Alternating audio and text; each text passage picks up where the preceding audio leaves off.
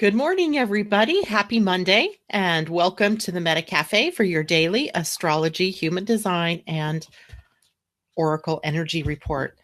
Grab your cup of coffee or tea or water, sit back, and let's talk about what we can expect, not only for today, but for the week ahead. And this morning, of course, we jump right into the work week in a void of course moon. Always love to have a Monday where things feel like you're walking. And what can we say, right? Good morning, Roseanne. It's good to see you out there. I hope you had a great weekend. It was an interesting weekend. Saturday was one of those so beautiful, your heart hurts kind of days here. Good morning, Suzanne. And I met up with one of our wonderful listeners, Susan Bronlin. We may have seen her. You see her sometimes in the chat, and she and I met up and did her human design reading, and it was fabulous. Good morning, Londa. And then to contrast Saturday, Sunday was back to drippy, dreary, wet day.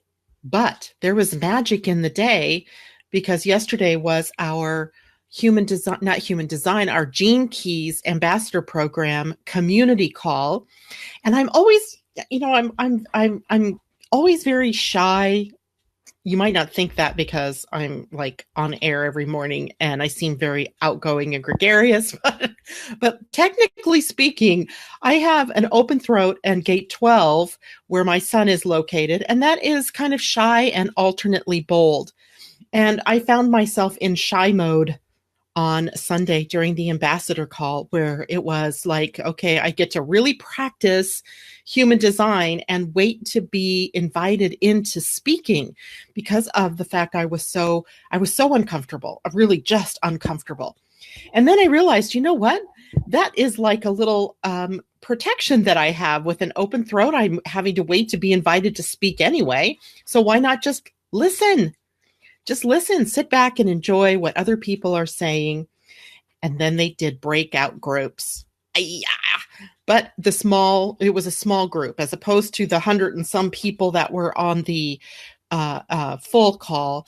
We broke out into groups of 3. And of course, then I had to speak, and I was invited to speak, and it worked out fine. And I'm so loving this program, and I became very inspired yesterday to start creating more workshop type informational things about the gene keys, because I think maybe everybody's ready to go a little bit deeper. The astrology is going well. I think you guys have a good handle on that. We'll continue to talk about that as well. Human design, of course, leads into the gene keys and gives us a good foundation for the gene keys. But the gene keys are really where my heart seems to be right now because they're so beautiful and there's so much there, right? So expect to be hearing more from me about the gene keys, especially as we move forward. Yesterday was one of the days that I really got to spend some time digging into the gene keys again. And I remembered that I had basically created an entire radio show series on my Living Astrology radio show on Blog Talk around this idea of 2 of the gates, 2 of the gene keys in human design and gene keys, 22 and 55, and how it points out the evolution and the involution that we as human beings are going through right now. And I find it very comforting to know that there's something bigger in the background, especially when we hear, the bizarre things that are going on in the world. I was just sitting here this morning and saw that the Supreme Court ruled against the lesbian gay community over people who want to discriminate and not provide cakes and flowers, etc., for them during their wedding ceremonies. And I'm kind of conflicted about that. I mean, I get the idea that as a business owner, you can, choose who it is that you want to do business with. But on the other hand, it feels so flat out discriminatory for you to say, no, I'm not going to supply you a wedding cake because I'm against gay marriage. That just feels wrong. And so it's good to know that there's something going on bigger than that. I mean, that seems petty. It seems beneath the dignity of this country to even have that as a discussion, to have that even as something that's going on in our world. I mean, it just blows me away. I don't think I belong on this planet. I belong on some other freedom loving, all inclusive planet, because this one drives me crazy at times. And this is one of those times. And at any rate, it gives me peace to know that there's something bigger going on that's driving an involution, meaning an internal evolution, and an evolution, something that is changing in the outer world as well. And we'll talk more about that because I just really love that. Yeah, Suzanne says, me too, Janet. It is, I don't know. I don't know what to feel sometimes about this world. I mean, I get everybody's right to freedom of beliefs and all of that kind of stuff, but I don't know. There's a fine line there. Just a fine line. And of course, today is not the day to contemplate this really, because it's a void of course moon, and anything that comes out on a void of course moon, like this Supreme Court ruling, is probably doomed to change, right? So I think that there will be some backlash here and some challenges that go on. I don't know how that looks, but I do believe there will be some backlash to this because it came down in a void of course moon. And this is the one that I told you Friday that was going to be a long one. It actually began, let's see, yesterday, June 1st, not June 1st, began June 3rd at 10 p.m. and lasts until 3:54 a.m. tomorrow morning. Those are West Coast times, so add 3 hours if you're on the East Coast. So all day today, the moon is void. Of course, that gives Monday that jello feeling, right? I just, ugh. In fact, this morning as I was trying to find things to talk about, I couldn't find things to talk about. Trust me, I can always find something to talk about, but there wasn't anything big and glaring about the week that I needed to talk about. So let's just take a dive into some of the things that are coming up for the week. The moon will be in 4 signs this week. It starts off here in Aquarius today, moves into Pisces, spends a couple of days there, Aries a couple of days. And when we get to the weekend, we find the moon in Taurus. So it does give us a sort of mixed bag week just from the position of the moon, as in it's moving through air, water, fire, and earth, all 4 elements in one week. And when we get to fire, of course, Aries means that it's going to be squaring some of the planets in Capricorn and creating maybe some, scritchy moments. But overall, the week is a really good week. I drew an oracle card for us for the whole week. And so let me show you that before I go into some of the rest of the things, because I think maybe it explains a lot for us. And, the middle of the week, the big chunk of the week is in Pisces. And Pisces is what I always think of with this word. And the word and the card is the card of peace, right? You see our little egg and it says peace. And it came out like this, straight up and down. Card number 23, kind of a fun card. By the way, in these cards, there's always the face of spirit somewhere in the card. And whether it's in the body of the fairy or in the background somewhere, and you can see it right in the middle of the egg here, there's that little face of spirit. So the card is peace, and the essential meaning is freedom from attachment and radical acceptance. Haven't heard that term in a while. The oracle's message is it doesn't get any better than this. A quiet mind, a heart fulfilled, freedom from want, and the soul's satisfaction. The way to peace is through radical acceptance. Everything in your world is exactly as it should be. Harmony is beautiful. Enjoy it. The relationship message. When 2 people are in true alignment with one another, they have an innate harmony between them. They are as 2 perfectly tuned instruments playing together. Sometimes it's impossible to tell who is who. Peace is yours, and it is to be savored. Yay. The prosperity message. This is one of those times when you're capable of clear vision about your work and how you create your prosperity. Whatever you're doing, keep doing it and don't start something new. You're called by a presence to step into your power. Just being is enough, for you are in peaceful harmony with spirit, and it shows in your work. Don't start anything new for the week, for today, right? Don't start it today. Maybe dream of it today, think about it today. But with the moon void, of course, starting something new just kind of doesn't go anywhere. Just kind of just sits there. And so we want to be watchful of that, right? We don't want to start anything new. But you can start working on something that you've already had going on, right? If you're in the middle of a project, let's say you're building a website, well, then you can continue doing something like that. That's not a problem. But if you decide today to suddenly just go out and start a business, go get a business license or whatever, things like that, might not be such a good day for that. Wait till tomorrow or the next day. So the week is looking pretty decent, right? And this card is a reminder for us to stay in peace, no matter what it is that's showing up on that outer screen. The major contacts that the other planets are making this week, Mercury will be catching up to the sun and conjuncting it.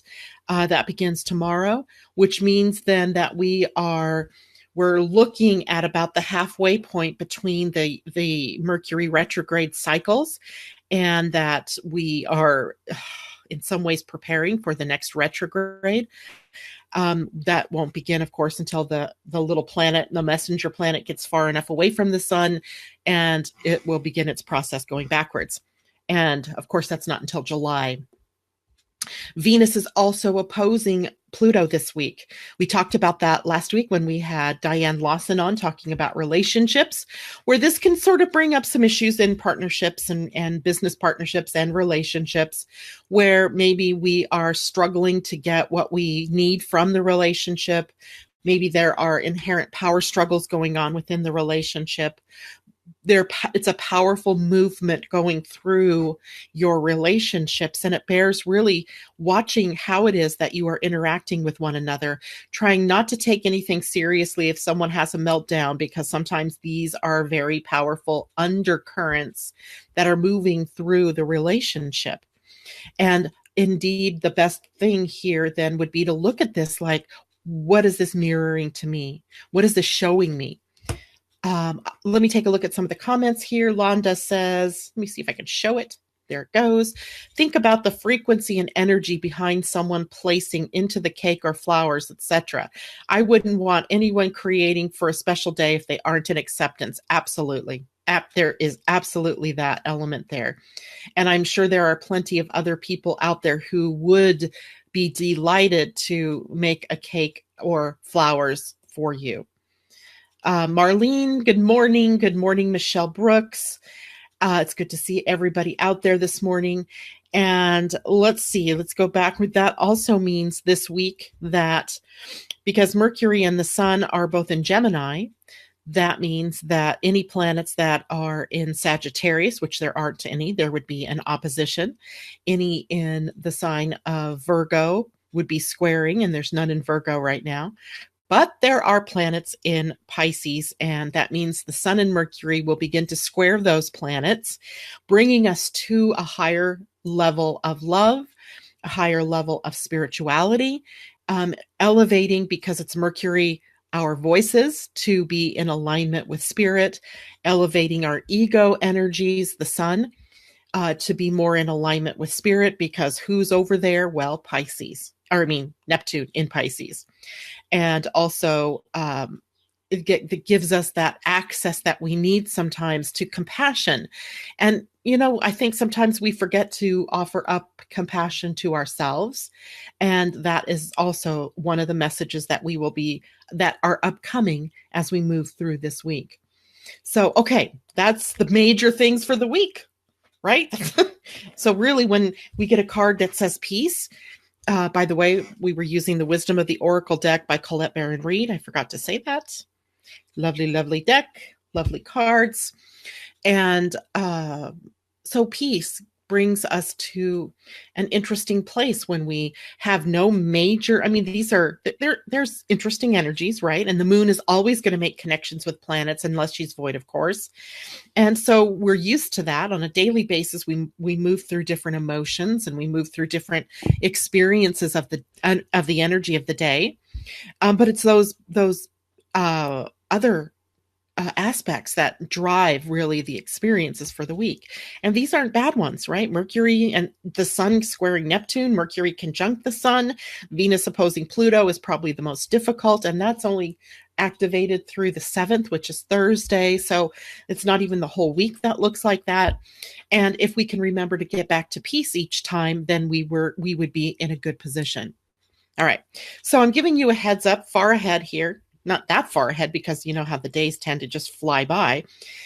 We are looking at a series of 3 eclipses coming up as we move into summer, July and August. So do not go into panic. These are not big ass eclipses this time.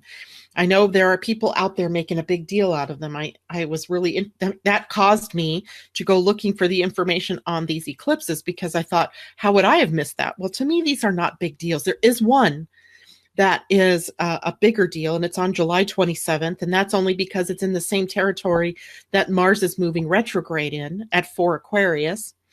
But even that one, none of these eclipses are effective really for the United States. The United States is still feeling the fallout from the major American eclipse last summer in August, where or was it late July? No, it was August, where we had a total solar eclipse that cut the United States right in half, right?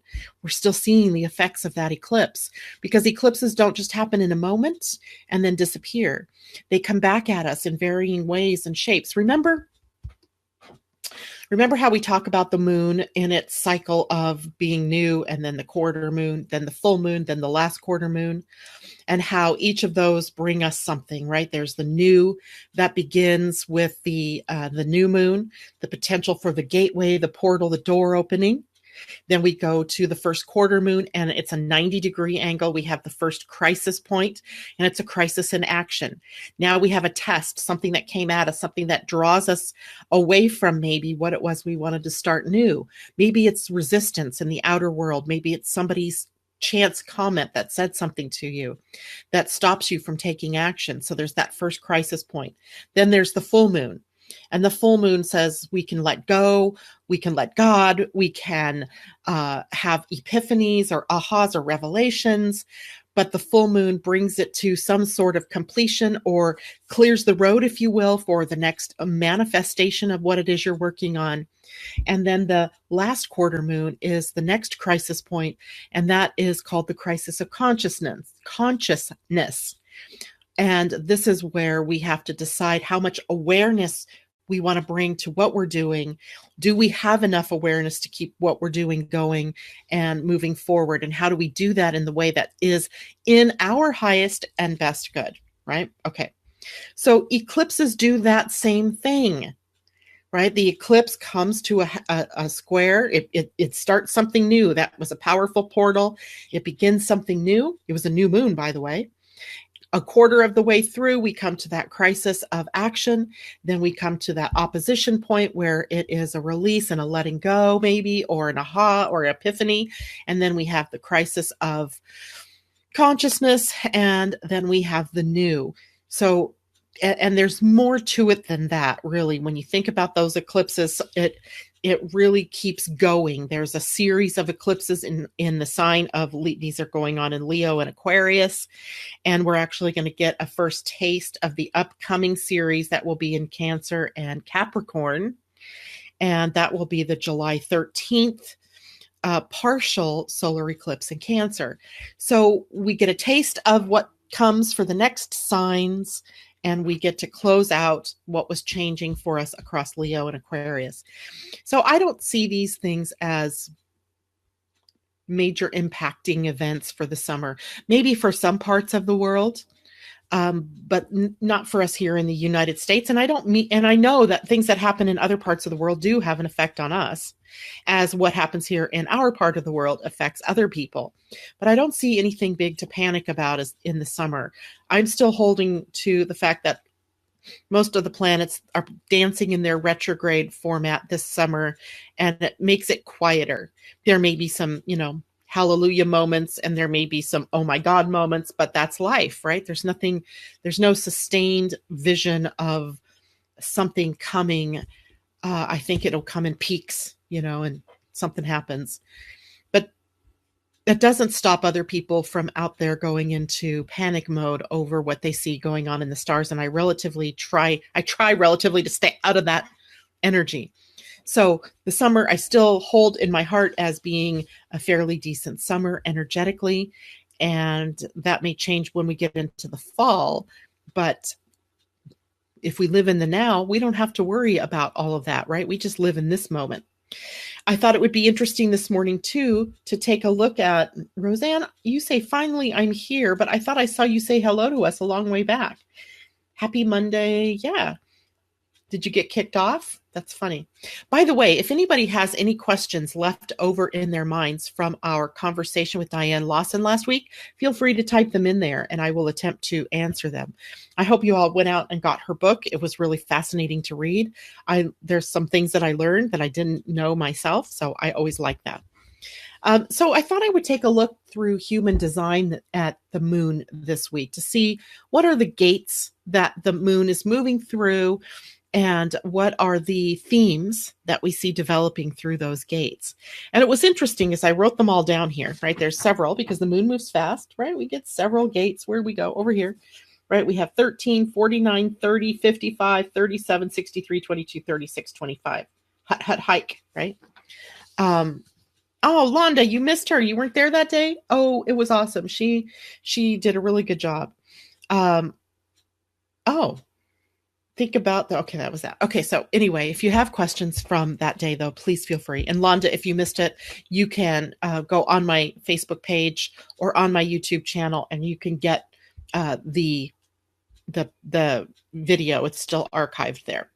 So when we look at the moon, we see 3, 4, 5, 6, 7, 8, 9 gates that it goes through. And of those 9 gates, 1, 2, 3, 4, 5, 6 are in the solar plexus. So this is going to be emotional. This is emotional energy this week, at least from human design standpoint. We have 1 gate on the throat. We have another gate on the head, and we have another gate on the identity center. But everyone else is sitting in the emotional center. So different emotions being triggered for us this week as the moon pulls its way through different signs. And when we're looking, one of the most important, the moon hits gate 55 and gate 22. These are the gates involved in the evolution and the involution of our species as it is seen through the gene keys. So isn't that interesting that I got that hit yesterday about taking you all through that, and then I see that the moon is in those gates this week. Amazing. Had no idea because I looked that up this morning. So the gate 55 and 22, let's just sort of set the stage for what we might be looking at in terms of evolution and involution. So gate 55 is the gate of abundance and spirit, and it is on the emotional center. So we see that the energy of abundance doesn't have anything to do with what we do. The energy of abundance is emotional. It's about how we feel. What is it we are magnetically attracting to us? Not what is it that I can keep doing and doing and doing. And by the way, getting various degrees of frustration while I'm doing it because it isn't working, because that energy comes from how we feel. And this is the evolutionary point on the planet, right? We are evolving to understand the solar plexus as opposed to the spleen, which is the center for fear, false evidence appearing real types of fear, but real fear when we were early in our evolution. And now those have been outgrown, right? We don't necessarily worry about what might eat us unless, we're where we shouldn't be, or one-off weird things that happen, because we're pretty much at the top of the food chain now, right? But the other thing about the gate 55 or the gene key 55 is it's taking us into an emotional evolution to where we understand our world through the feelers of emotion, where it is all about how we feel. Right? So the question then becomes, instead of reactive energy coming from a fear that's triggered in us, the fear of not having enough, perhaps. So I go out and I work my ass off and I do everything I know I shouldn't be doing because I just feel like I have to do something in order to get money to survive. It moves to the solar plexus that says, what feels good to me? Does this feel good? Is this correct for me? Does this make me happy? And that is a far cry from the energy in the spleen that we've been living with in survival mode. And this isn't happening like 10 years from now, 100 years from now, 1,000 years from now. This is in the process right now of that evolution, that shift in our evolutionary path forward. Gate 55 sits, let's see if I can show you a chart here really quickly. Let's see I have my file in front of me. Anyway, gate 55 sits on the emotional center. Where's my cheat sheet? Here we go. So here's the emotional center right here, right here. And gate 55 is right there, right? Gate 55. And gate 55 sits on the channel that we call emoting. It is all about emotional energy there. If I feel good, if I feel happy, if I feel abundant, then I am those things. But if I feel more scarcity, or I feel like I'm in lack, or I feel depressed or angry or upset, then I'm drawing more of that to myself, right? These are rules of the universe that I think we already know. Nobody out there, I'm sure, is like impressed that I know something that you didn't already know. It's not about that at all. It's about taking this deeper. It's about really moving this through your being and understanding that you are a being that is magnetic, that has frequency, that has this power to draw to you the things that you want or the things that you don't want, such as the case may be, based on what you're feeling. So understanding emotion, and whether or not you have an emotional center defined or not, remember, we all have all of the human design. We all have all of the gene keys in our profile. It may not be defined, which might be harder to actually deal with than if you have it open, right? If you have it open, you might be able to play a little bit more with it. If you have it defined, you may have already got into a rut of how it is that you deal with that energy, and it becomes more difficult for you to change your experience of it. That's what evolution is all about, changing our experience and taking that leap forward in what it is that we're working with in as it relates to abundance. Now, gate 22 is the involution that we are undergoing as human beings. So the changes on the inner world that are going to be reflected in the outer world, but then the outer world being the reflection of what has gone on for us, or what is continuing to go on and move through us on the inner world. Gate 22 is also getting hit by the moon this week, and it is also sitting on the emotional solar plexus. So again, if we take our little cheat sheet here, we have gate 22 over here, right smack dab in the middle, leading up to the throat, right? So it goes up to gate 12 in the throat center. And this is the gate of grace, the gene key in its lowest expression. I forgot what it is in its lowest expression because I've been focusing on the gifts and the siddhis. The gift is graciousness, and the siddhi is grace itself. And this is where we begin to resonate with the energy of beauty, the beauty from within, right? Our involution is all about raising our energy to reflect those energies of graciousness and grace, right? Graciousness even means, I didn't even look this word up, but this is my feeling on the word graciousness is about no matter what is going on, no matter how you've been triggered by people or instances in your outer world, reaching deep within you and expressing it through graciousness, right? If there's an argument to be had with someone, being gracious enough to just back off and allow that person their experience, their belief, whatever it is, without getting into an argument. Now, both of these energies, by the way, are sitting on the emotional solar plexus. And what's the one thing we know about that? It's moody.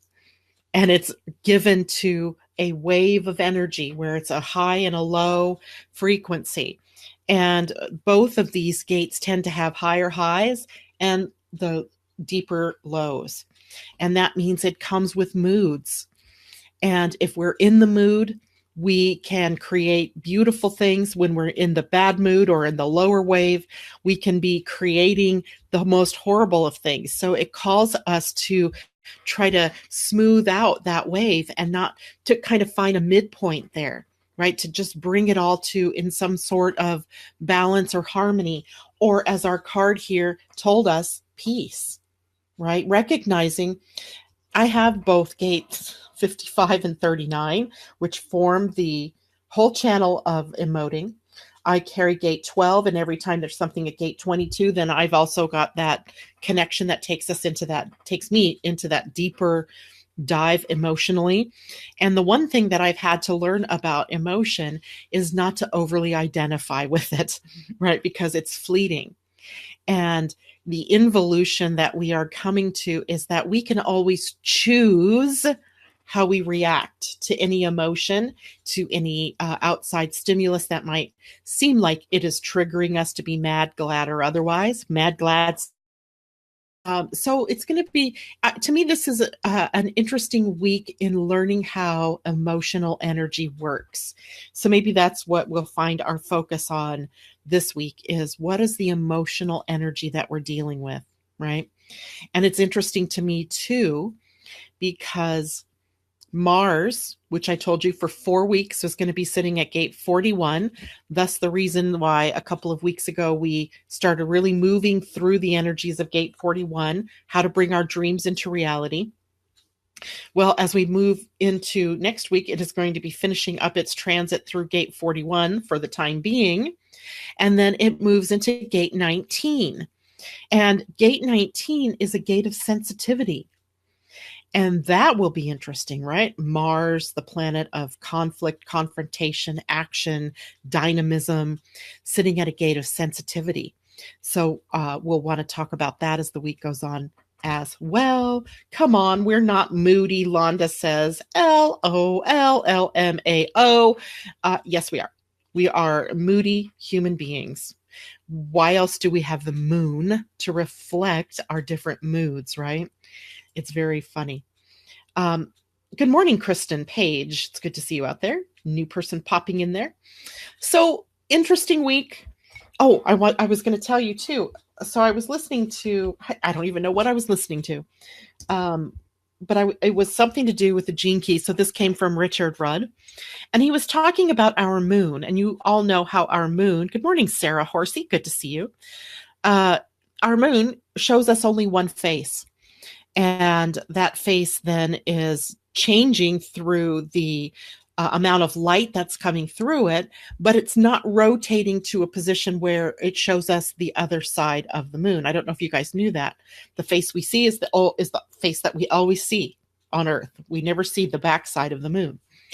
And the only time we ever see the backside of the moon is when there's a satellite or a space launch that goes out beyond the moon and sends us pictures back so we can see the backside of the moon. And according to Richard, at some point, and we know this to be true scientifically, that the moon and the Earth are going further apart, right? The moon is moving further and further away.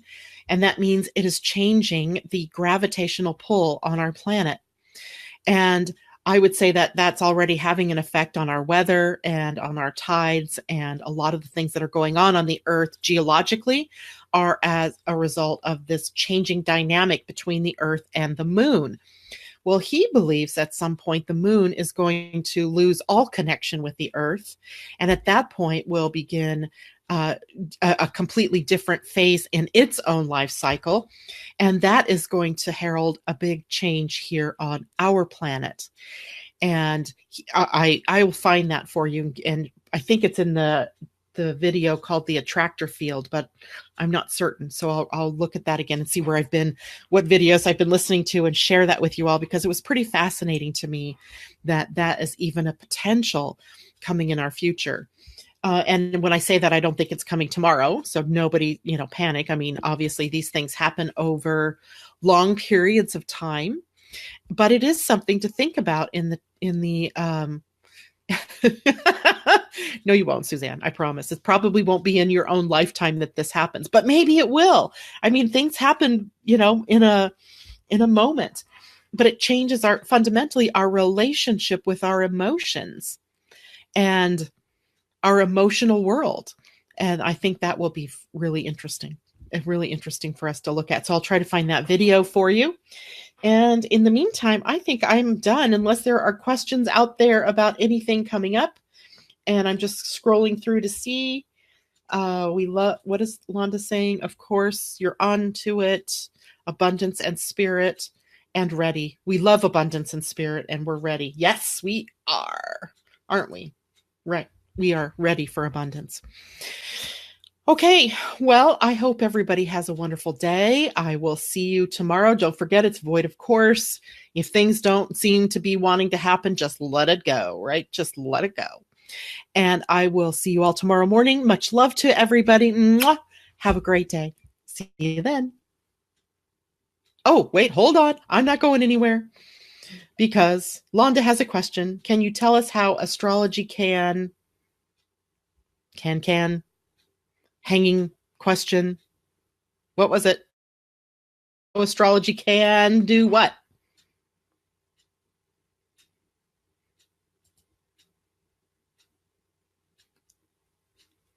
I'm waiting for her comment. Maybe she hung up because she thought I was leaving. Love you too, Suzanne. Love you all. Okay, well, here's what I'm going to do, Londa. If you finish the question for me when I go to produce the video. Okay. So she's finished the question. Here we go. Can you tell us how astrology can give us an understanding of the weather, fire conditions, etc. in the summer? That is a huge topic. And indeed I can. And a lot of it has to do with a lot of it has to do with the planetary energies that we're seeing from all of the planets, not just the inner planets and not just the sun or, any of those. If you recall, for the last year, we have had a lot of focus in the fire signs. And there was Saturn was in Sagittarius, and we had a lot of focus going on Sagittarius, and then it shifted over to the focus being in the sign of Capricorn, which is much cooler and drier energy. So when I look at that for then this summer, we're seeing it already, right? Seeing it already. If we look down here at the planets in what elements, look at fire. That used to be filled up.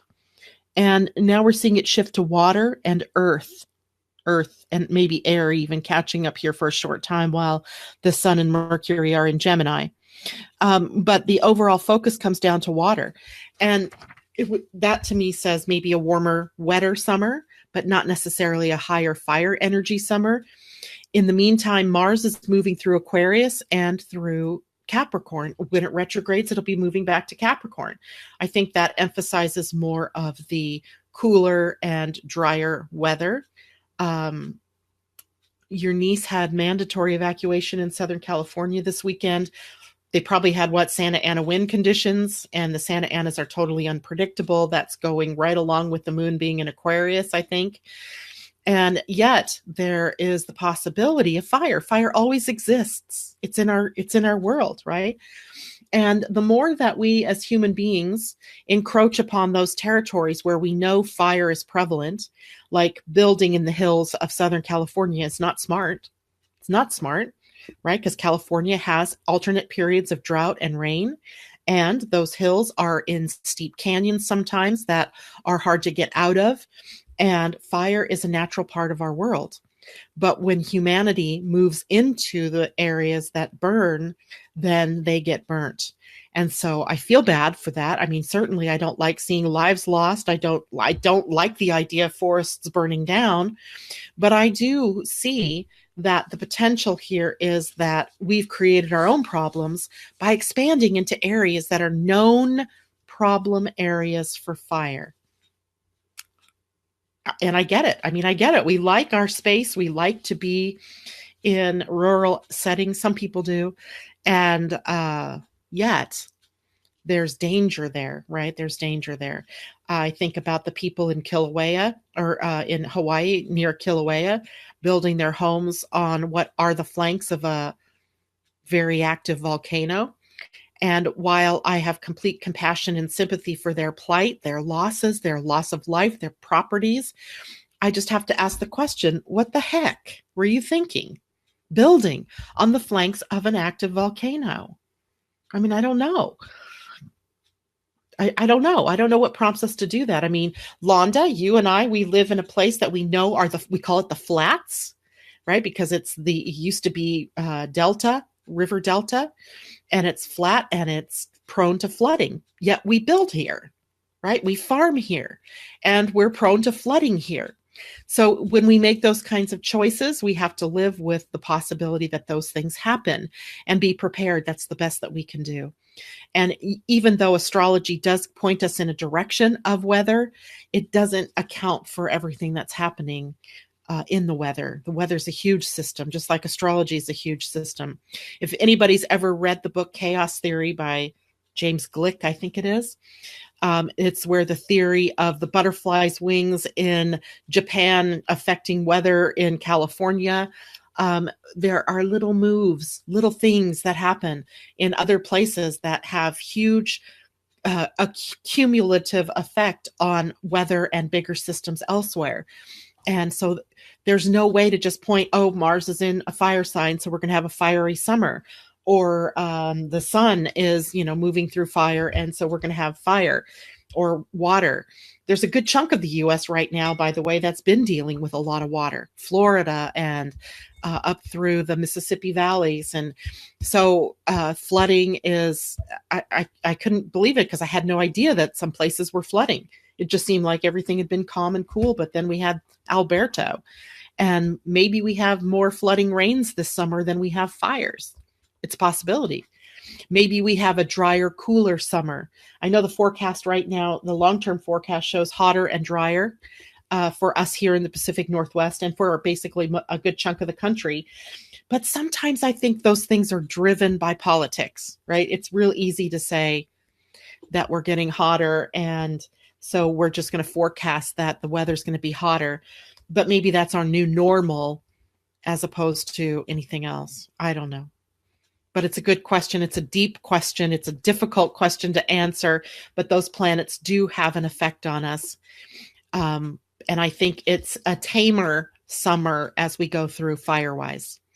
And tamer meaning, sure, we're going to have fire. It's just a part of the summer experience west of the Rockies.